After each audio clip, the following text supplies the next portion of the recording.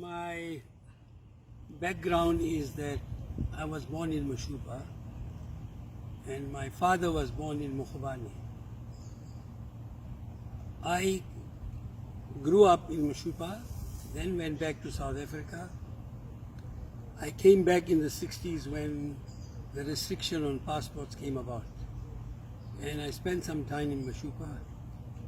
I started working for my uncle, Satar Dada, and I always wanted to open my own business when I was young and working. I had 6 siblings, so I had to look after them as the eldest son. So the background is that I started very humble. There was a very humble beginning. I then went from Mashupa, I went to Kanye because I was looking for a business, and fortunately I found a business where Mr. Pitsana was in financial trouble, and he offered me the shop. I leased the shop at that time, and the person who was in between, Rakhaun was in between when I did the agreement. He came with Pitsana. So I started in Kanye, and I must say I worked very hard. I used to get up at 3-4 o'clock in the morning, work right through till 11-12, sleep for 2-3 hours in the day, in the shop whole day. Then in the evening I used to go out to go and buy goods. I had friends who were prepared to supply me the goods. And I used to go every evening, come back, pack the shop, and then start doing business again. But I carried on like this till 1974. I went into wholesale from retail because I saw the opportunity, and wherever there was an opportunity, I would grab it. I mean, I would not stop at anything. I was doing the Matalwadi, Yadi Paul Hall. I did quite because it was free those days, Springbucks and what have you. And then in 1974, I came to Gaborone. I bought a business called Cliff Engineering, which was manufacturing trailers and welding, all sorts of things. I started doing that. But my passion was always cars. I then used to bring cars from South Africa. In those days, the Ford was very popular, as you know.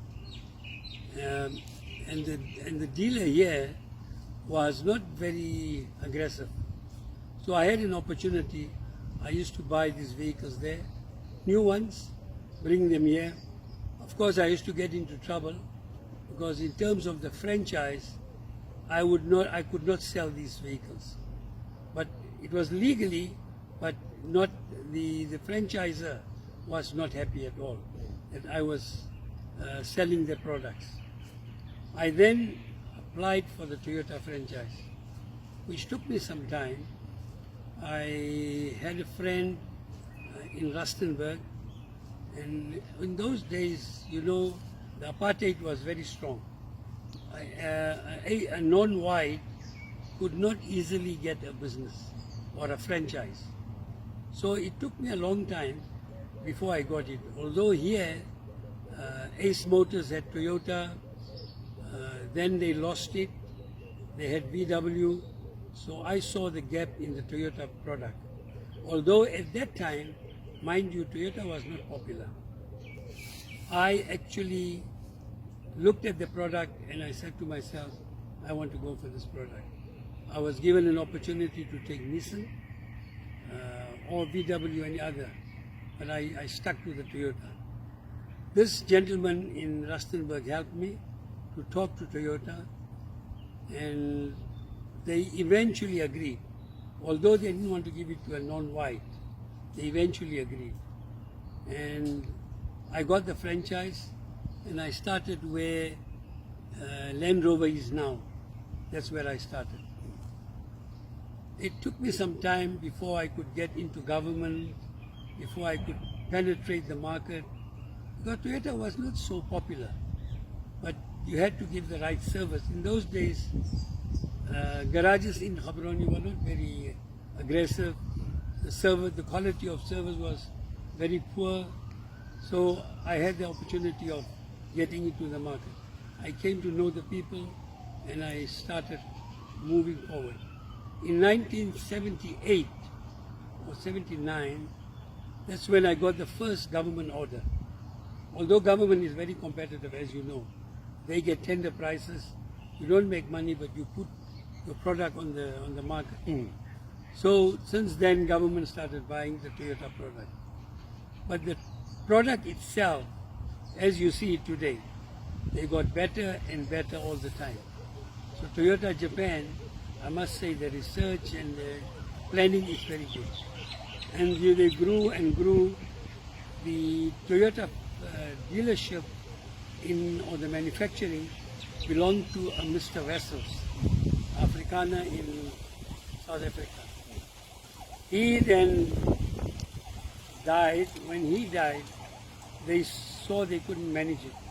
They sold it back to Japan because it was a franchise from Japan. And they took it over again. And today you can see they are growing all the time. At the back of my mind, I always wanted to empower Botswana. And I don't know if you know Res Subutu Modise. Him and me went into a business together. I bought out a business and made him a partner in those days. But I did a lot of work in Kanye. Mind you, Botswana used to come to me when they were sick, when there was funerals, when there was any problems. I had the vehicles, I could help them. I used to help them at night. They used to get me up at 3 o'clock in the morning. I had many wholesalers coming to me. So we did a lot of groundwork in Kanye. I also, when there was no water in Toong, I also provided water. I did it myself because my passion lies with helping people. I always like to help people. And when I saw there was no water in that flowing area, I actually not provided, but the pipes were lying in the mine, belonging to the tribe. I then got hold of labor. I told them, you supply the labor, I'll supply the finance, and we do it together. That's how we brought this thing. But also we became very popular in Kenya because we did good service. I went to Lobatse for a while, but then I came back to Gaborone. So in Gaborone, whilst I was here at 74, I did not lose any opportunity if I saw it. Like at one stage, the BMW franchise was available, and I took the franchise. In those days, Toyota did not mind if I put BMW on the one side and put Toyota on the other side. They accepted it because the volumes were not so big. So I even took BMW. So that was the time when I got BMW. Then I took Mercedes, I think in 85, 86. I took Mercedes, it became available. The guys that were operating Mercedes, I knew they were doing a very shoddy job. And I knew that I could deliver and make it work. I then took the franchise, and I can only say Mercedes was a very righteous company in those days. They could not believe what we did for them. And they used to tell me, how did we miss you? We've doing such a good job. So Mercedes grew from there, and I took Mr. Tiboni as a partner, Mr. Inchindo as a partner, and Mr. Brink as a partner. They were my partners in Mercedes. Mind you, we had a lot of difficulty in getting the franchise. And we then wrote, Mr. Tiboni then was working for the government as a PS, I don't know if you remember. He worked on this with the German embassy. We also contacted Germany, and that's how we got the franchise. So it went very well, but in between, Nchindo and myself were very good friends. He was running the chickens in Notwani. After a while, he got into trouble, and he said to me, take it. And I said to him, Louis, I don't understand chickens. I know nothing about it. He says, no, you can run it, just take it over. But Brink was interested. Brink wanted, because he was in the chicken and cattle and agriculture. So Louis wouldn't want to give it to Bring, because Bring wanted it at a lower price. I paid him a price because he was my friend, and I had to pay certain creditors. So I did that, and that's where I started. I must tell you, I had an uphill in the beginning. It wasn't easy to run something that you don't know. And then, of course, I had my own dealership. But in the meantime, I took over Mahalapi. I saw the opportunity there. Piquet came for the Piquet. I bought a business. There was no franchise, but I put in Toyota there. And then came Francistown. I bought Francistown, and that's how I grew. I bought Rustenburg. I bought Lichtenberg. Wherever there was an opportunity, and people trusted me in giving me credit. Because I had built a very strong name, they were prepared to give me the products. The chicken business, I grew it from nothing. And even the one-day-old chicken, we used to import 100% from South Africa. And I said to myself, why should we be importing if you can produce it locally? I then put up the hatchery. And I was with a partner, some white company in South Africa. We then put up the hatchery, and we became self-sufficient. I started growing my business in the chicken industry because I got good management. Guys who knew how the chicken business runs. Of course, I was paying attention at that time. I then bought the Botswana, which is in the north, and you can see it's also doing reasonably well. I wouldn't say very well, but it's doing well. There I got a group of young Botswana to come into partnership.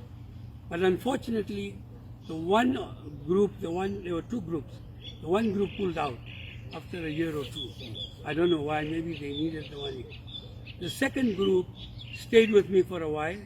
In fact, they are still with me, but in a way they are out because of them, I couldn't get tenders from DDF because they had to comply with all the secretarial work, as you know, paying births, getting certificates, they paid the taxes and all that. But they let me down badly, and as a result, we told them, look, let's get out. Why don't you get out? And the money is still lying with me. You won't believe it, I still got the money. I even got the dividends that is lying with me. So the chicken business started in that way. Then I joined this company, Master Farmers and Nutri-Feed. They came into the play, and I'm in partnership with them, but they run it very independently.